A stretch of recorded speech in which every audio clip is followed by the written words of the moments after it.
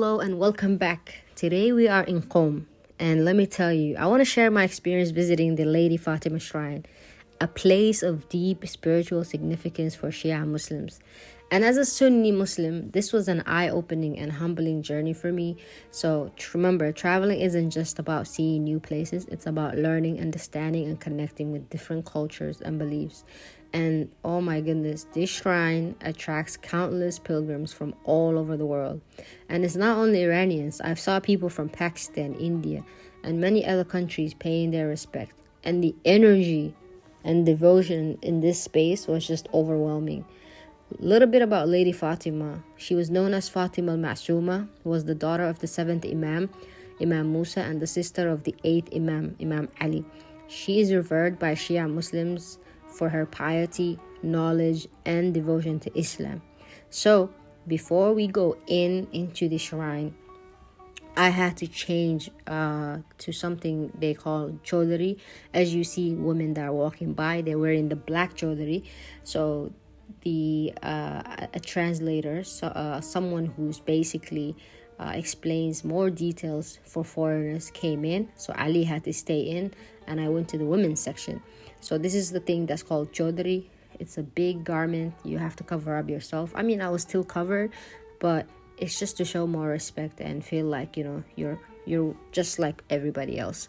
The moment I entered the shrine, I could feel the intensity of devotion. The shrine was packed with people, all trying to get closer to the central area to offer their prayers. Visitors often recite the ziyarat of Lady Fatima, Quranic verses like Surah Al-Fatiha, Ayat Al-Kursi, and personal supplications.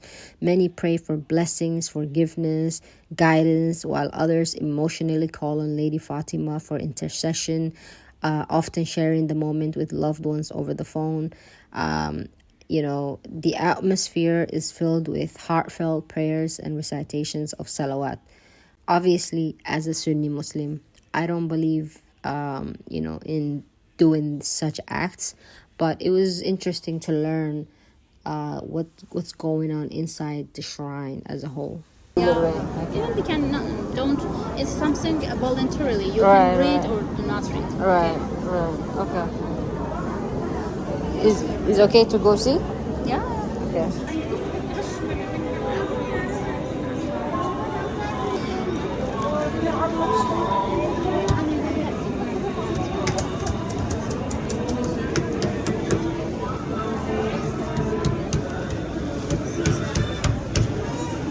It was so hard to get very close to the area. The emotions, people cry in their faces. They whispered prayers, other calling their family. I just couldn't even get close enough to touch the central area. However, I was squeezed in by, sheer number of visitors. I was able to see at some point. I've seen that. I couldn't record it out of respect. I just had to, just use my phone once I left the place. As a creator, I always try to capture as much as I can to share with you all. However, since I couldn't use GoPro, they wouldn't allow me. I had to switch to my phone, and it was limited. I couldn't document everything. One of the biggest takeaways for me was the unity I felt despite the differences in practice and beliefs. As a Sunni Muslim, visiting the Shia shrine could have felt unfamiliar, but instead it was a powerful reminder of how connected we are as Muslims.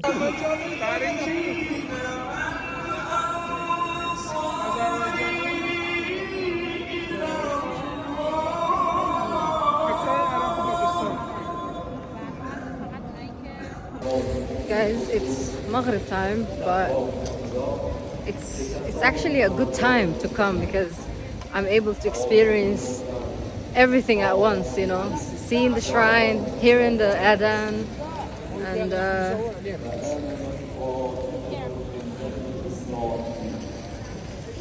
this is very interesting and very intense experience for me. I am a Sunni, but it's always good to learn from both sects of Islam.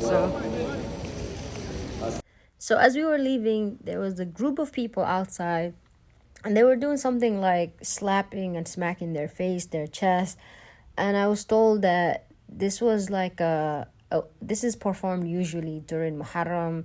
It's to commemorate Imam Hussein, that, you know, people are showing solidarity because of the things that Imam Hussein and his family went through, how they were killed. So I don't know if that's the correct version, but that's what I was told. Let me know in the comment section if that's true.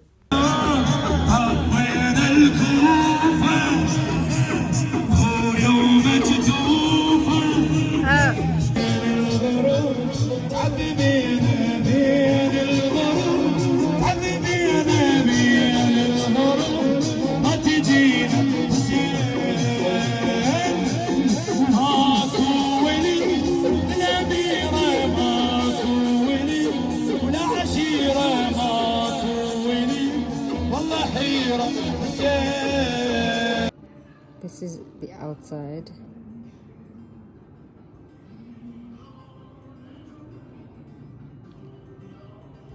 And this is the room I'm staying in.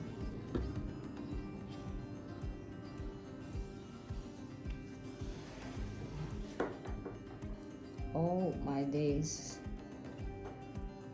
Old, beautiful, traditional chandelier. First thing is they have a seating area here. You can have a cup of tea here. Obviously, this is a special room for me.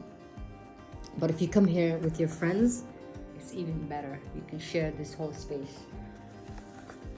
Just love the way the designs are.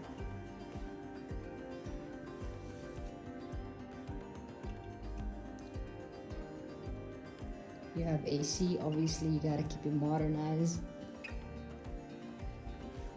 Old telephone.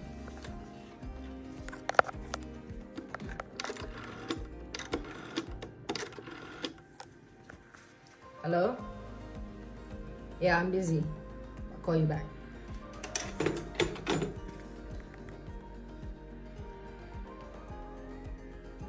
I just love the style. Look at the door.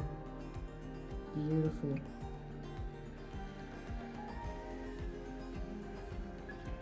So this very big, comfortable bed.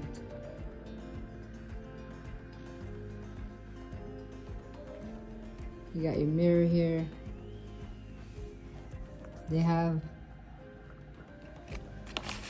toothbrush, soap,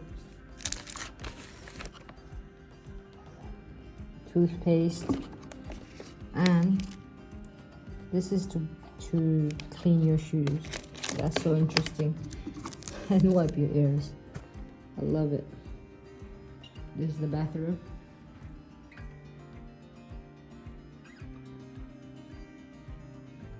Just love the design. Obviously traditional. You can see the tiles. Different. You got your soap, shampoo, all of it. What do you guys think? Let me know in the comment section. For 60 bucks, is it worth it? So guys, I've arrived in Kashan and I will be here for the next day. Please let me know what I need to see, what I need to do. And I just want to say thank you guys so much for all the love. I can see that I'm receiving a lot of following from Iran. I just want to say welcome. So yeah, and I know that you guys are telling me to see different cities in Iran. I will definitely see different cities, try different foods, all of it. Please like the video so that it can reach more audience. Stay tuned for more content. Bye.